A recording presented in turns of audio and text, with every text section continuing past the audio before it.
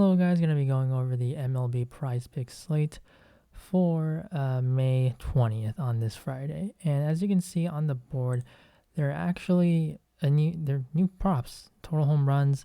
There are currently 4 on the board. There was San Diego as well with, I think it was Machado, Voit, and Myers. But because it most likely maybe Voit or Myers is not going to be in the lineup. That's why they removed it. If they do put it back up, in which they said that I think they would, if the lineup comes out and all 3 are in, then I would take the under on that.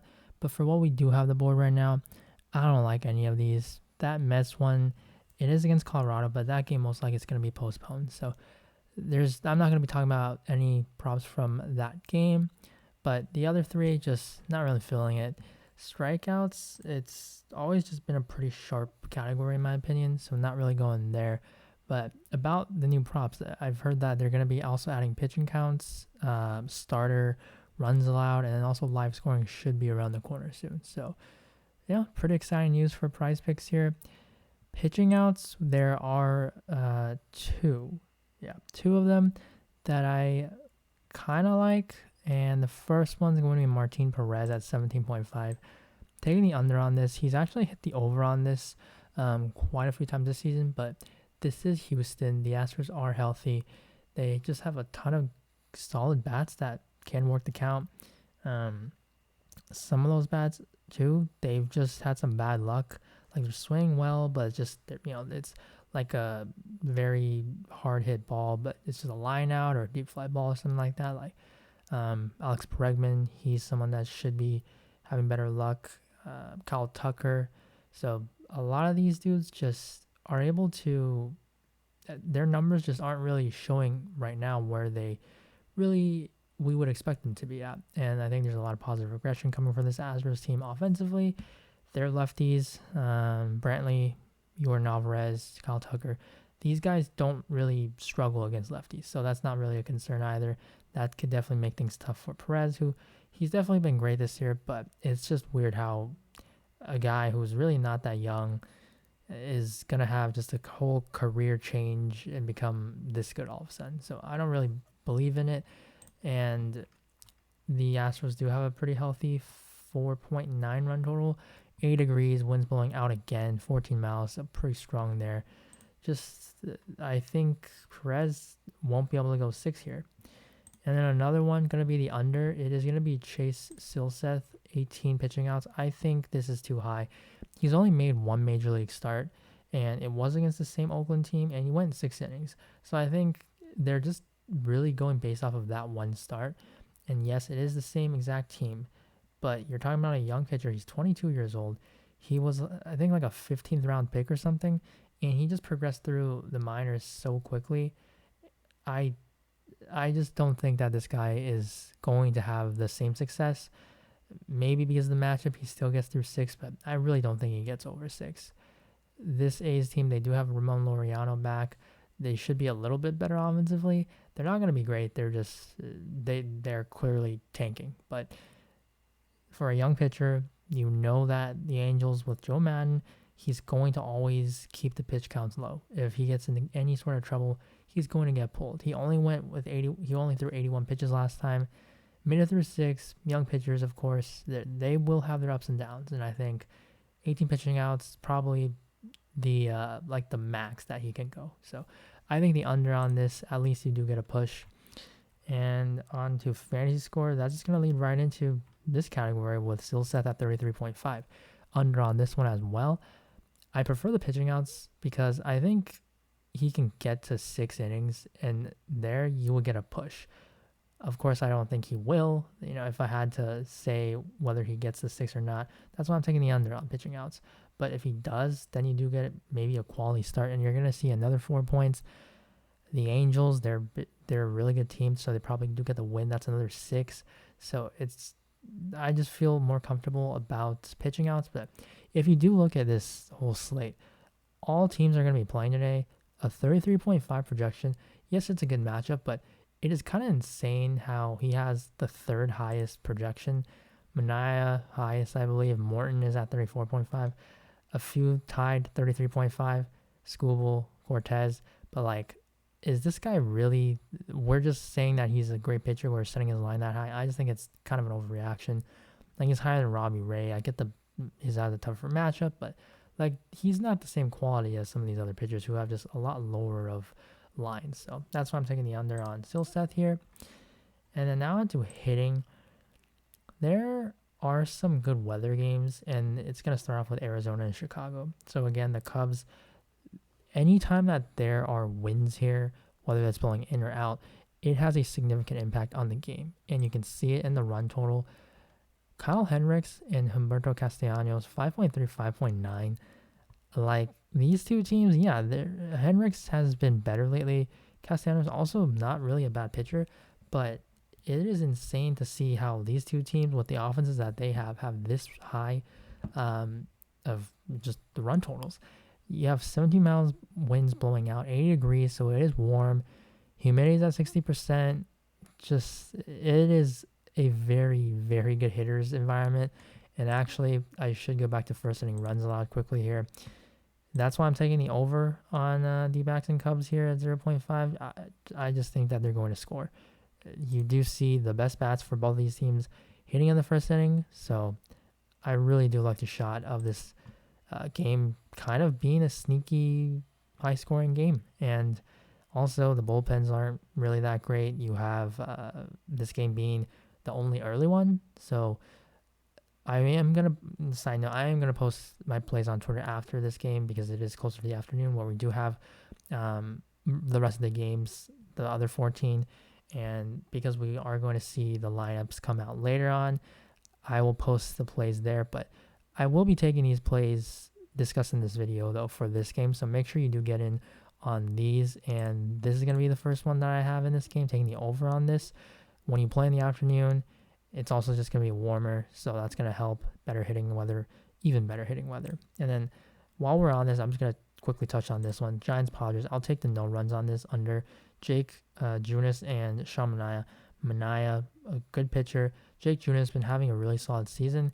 Looks like he's kind of getting lucky, but he is going to be pitching at home. Giants always going to be a very pitcher-friendly ballpark, and it is a low run total at 3.6 and 3.9, I believe. 3.8, 3.9. So the winds 10 miles. Again, the Giants ballpark, complete opposite of Chicago, of Wrigley. The winds do not really matter in Oracle Park.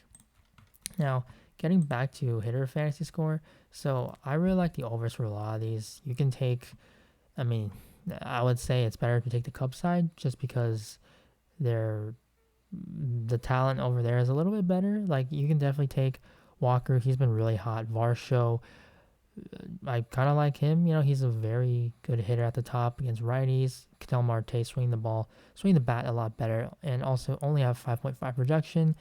And Kyle Hendricks, though, the reason why I like the Cubs is because Hendricks is, I would say he's a better pitcher than Castellanos. And Hendricks, he's shown signs of life the past couple of starts. So his ability to limit hard contact, but with the weather, I still think he's going to give up some runs. But I am going to take Contreras and Ian Happ overs on them. 7.0 for Contreras here, and then 6.0 for Happ. And that is because they are probably going to be batting back-to-back, second and third right now projected. Again, talk about the weather, but they are their two best hitters. Suzuki, I should say that's also in the conversation for one of their best hitters for sure. But yeah, I think I like Happ the most because his projection is just lower than the other two. But really like the Cubs side here. So 5.9 run projection, just really good. And then another similar situation we have is with the Tigers and Guardians. So another game that is going to have some massive weather impacts. This game, though, nowhere near as the same high run total, but I think you're going to see these rise. Skubal, definitely a much better pitcher than that Cubs game. Savali, not great, but 18-mile winds blowing out, 84 degrees, so it's warm here as well. And, it says it's going to be mostly cloudy, so maybe it's not as great, but because these two teams, they're also not expected to be that great. Tigers actually have had a good bullpen so far, but I mean, the weather, there gets to a point where, you just can't really control it. You allow a fly ball, but the weather just makes it a home run. So I kind of like the Tiger side because the projections are just lower. And also because Skubal is a good pitcher, so Guardians have a tougher matchup there. But Javier Baez, he hasn't been great. 5 projection though, like all he needs to hit is a single, maybe someone's on base, or no one's on base, but he comes in to score. That's at least a push. So with the weather involved in this, I like the over for this 5-point projection on Baez. Also interested in 6.5 for Miguel Cabrera. He's 39 years old. He's definitely not the same player, but 6.5, he's still very solid when it comes to hitting at times. And Savali, not a good pitcher. Cabrera looks like he can take advantage of the weather here. 6.5, I think it's a fair line. But I do prefer Baez. And then next one, we're going to go to the Brewers with Christian Yelich at 7.5, taking the over on this. So they're taking on Eric Fedde. 7.5 against a pitcher that does have some struggles against left-handed bats. Yelich, even if he does have to face a lefty later on, he can hit. He can stay in there and play really well against left-handed pitchers as well. Brewers, it is a pretty good hitter's ballpark. 4.8 run total, really healthy there.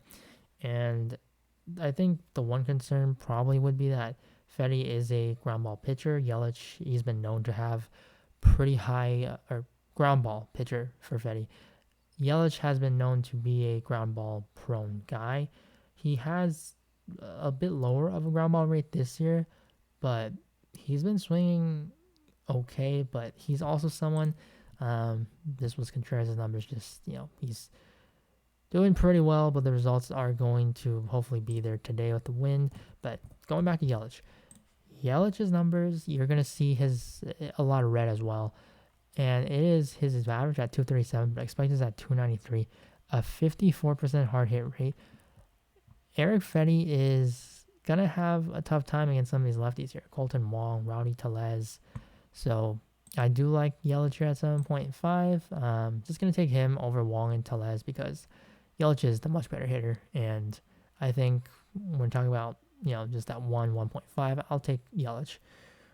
And then we're going to go to the next one. It's going to be hits and walks.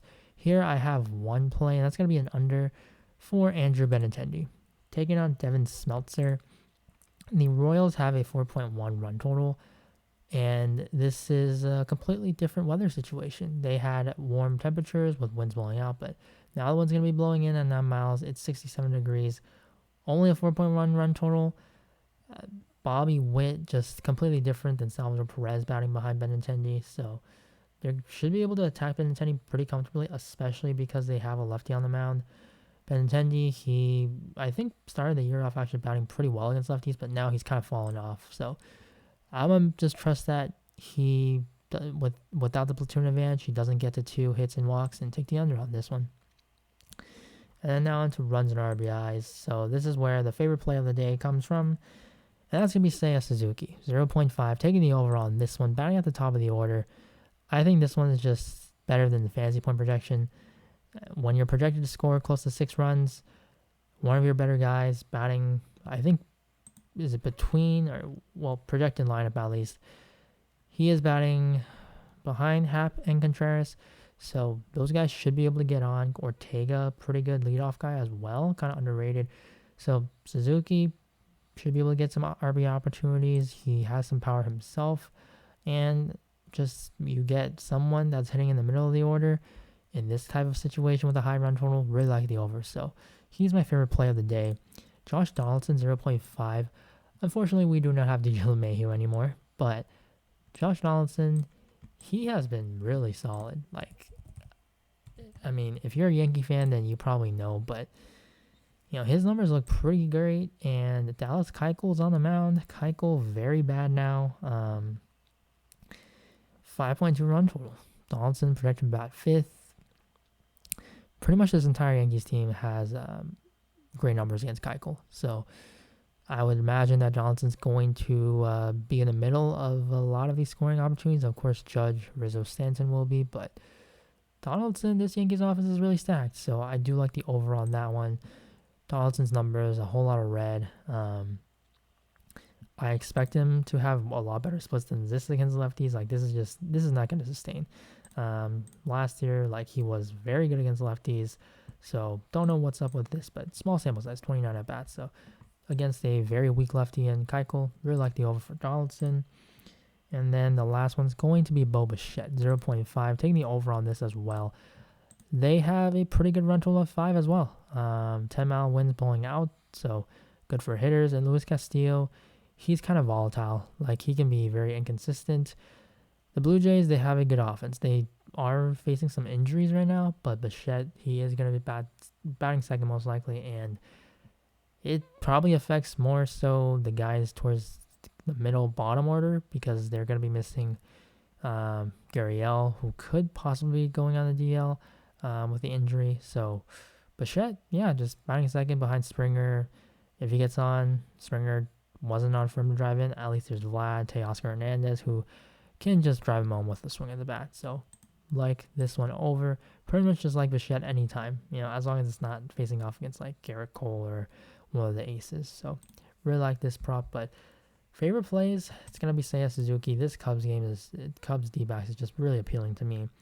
And I would say Ian Happ, Donaldson, and pitching, it's going to be that pitching outs play of Chase Silseth under 18 to round out the favorite plays. So that's going to be the video for today.